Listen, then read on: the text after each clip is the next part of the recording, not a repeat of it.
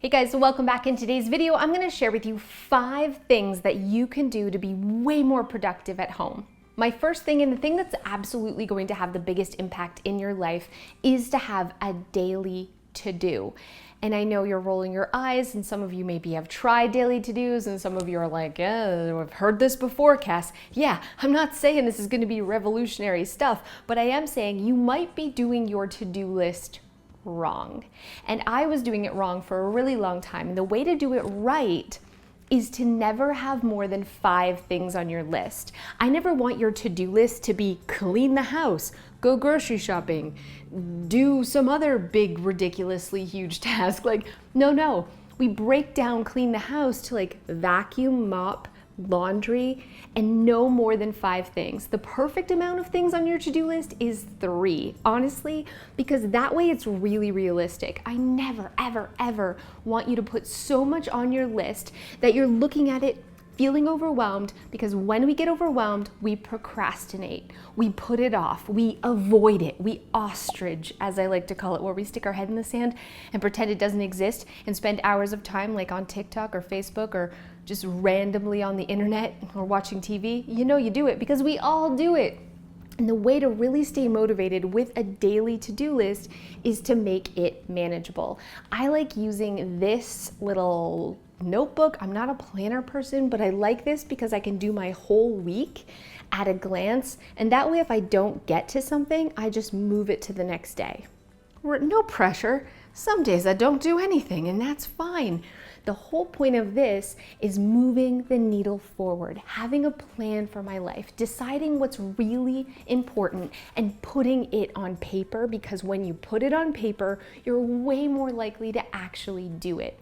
The second step to be more productive is to parent yourself, because it's all well and good to put things down on paper, but if we're not making ourselves do it, then what's the point? Yes, we're more likely to do it because we've written it down, but we still got to put in our big girl pants or big boy pants and force ourselves to do these things. And the best way I have found is to parent myself, to act like I'm an obnoxious teenager trapped in a 40-year-old body, because I am, and say, you don't get to watch your favorite show tonight, you don't get to have that brownie, you don't get to do the fun stuff until your list is checked off, or at least some of the things on your list is checked off. And this is honestly how I treat myself.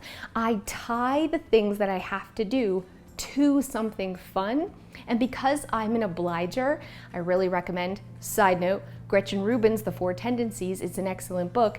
I can also tie my to-do list to other people, like inviting my mother over on the weekend. God knows I'm going to clean my house if my mom's coming over. Or I say to my 8-year-old son, if mom does the things on her list today, if mom makes a video, if mom does a podcast, if mom does the laundry, I'm going to take you out for ice cream. That kid's gonna nag me all day long, right? He's gonna make me wanna do it for him so I don't disappoint him. Because sometimes I'm fine with disappointing myself, but I don't like disappointing other people. If you have no idea what I'm talking about with the obliger thing, check out Gretchen Rubin's The 4 Tendencies. This book can help find your way to parent yourself better. Whatever it is, whatever technique gets you to get things done, that's what you need to do. So the next step to really being more productive is a 5-minute tidy at home. There is something really magical about taking 5 minutes to just put things away. Load the dishwasher, I don't know, put a couple of pieces of clothing away, pick up things that are laying around. I'm not suggesting you spend all day, but a 5-minute tidy can reset your brain. It can get your blood flowing, it can make you feel good about yourself, it can make a visual difference in your home that makes you feel motivated, that makes you feel productive, and it can set the momentum for the rest of your day. So 5 minutes is all it takes. It really is magical. It doesn't matter how messy your house is. It doesn't matter. We're going for progress here. We're going for 5 minutes to make it better. 5 minutes matters. And let me tell you, this will make you feel so productive.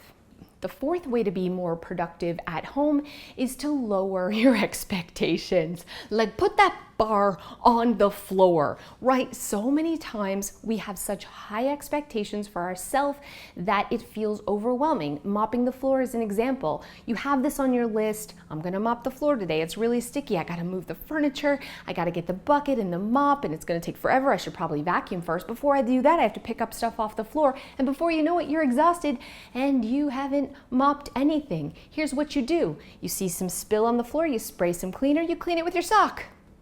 You know, I want you to give yourself permission to do things badly, Sometimes when I'm emptying the dishwasher, I'm just gonna be real with you for a second, and the dishes are still kind of wet, and I think, oh, do I have to dry all these? No, I rub them on my butt, or I put them in the cabinet still wet. Whatever. Let me just tell you something. Doing things badly is my secret to success, because you look at people and you're like, how can they do it all? They're not doing it all. And I promise you that the most successful people you know are doing things badly, worse than you. They're taking shortcuts where things don't really matter. They're not perhaps folding their underwear, or I don't know. I'm just using that as an example.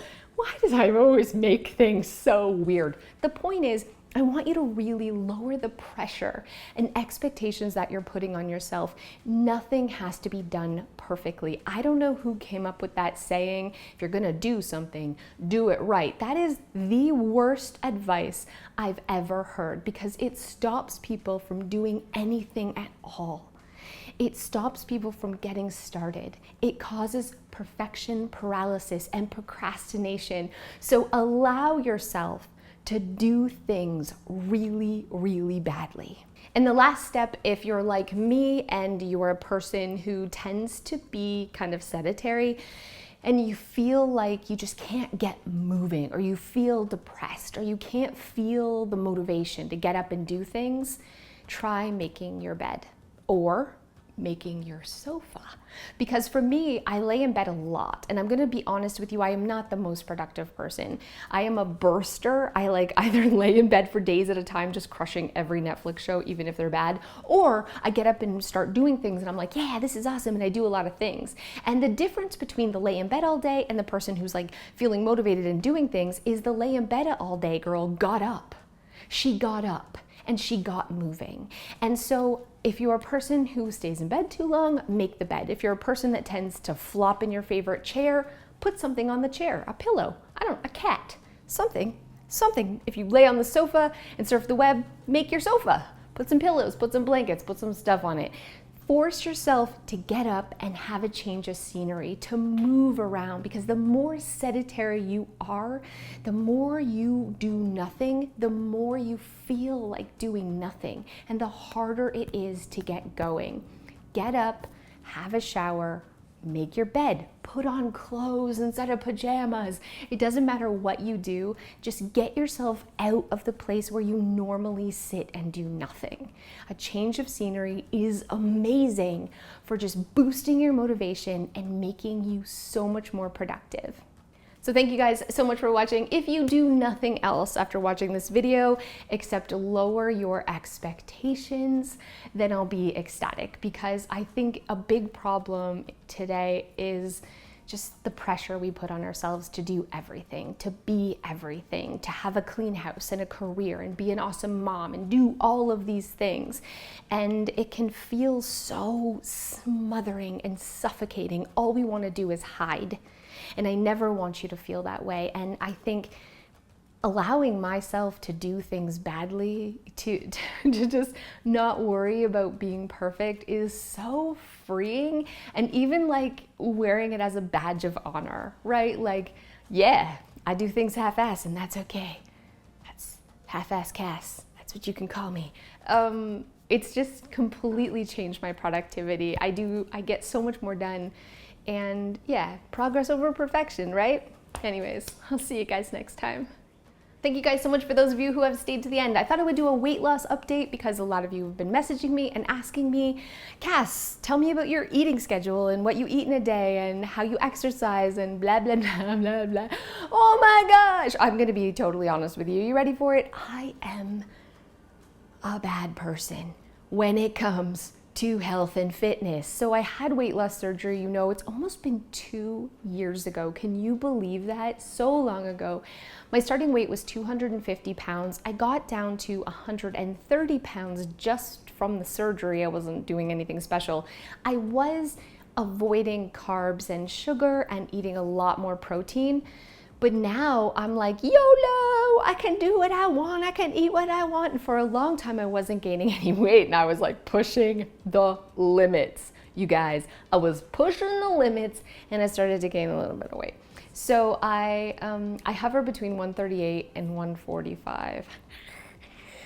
You know what? I feel good, but I eat a lot of donuts and brownies and cookies and Starburst and Skittles and chocolate milk and Dunkin' Donuts and Starbucks drinks, which have like 400 calories in them. Basically, if I ate the way I did now before my surgery, I would be so big, and it's only the surgery that's saving me. But I don't want to be a cliche. I don't want to be that person.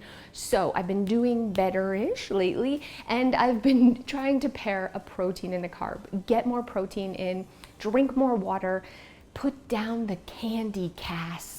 Right, the surgery doesn't fix your brain. It doesn't change you, and I have an eating disorder.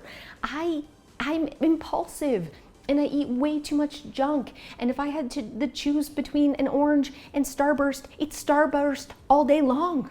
All day long. All day long, it's candy and chocolate. And I need to be an adult, not a toddler, and stop eating that way because I don't want to go back. But for now, I'm still really happy with where I am, and I'm aware. I'm more aware than even I was before of what I need to do to be good, which is less sugar, less carbs, more protein, more water, more leafy greens, more grain, all the things they say. Pfft, those people, those experts, all the things they say. I wish there was just a surgery I could have to fix all my problems. Spoiler alert, there isn't. There is a surgery that temporarily fixes all your problems, but it isn't a magic bullet thingy. So here I am. I don't know why I'm sharing this with you, but anyways, see you guys next time.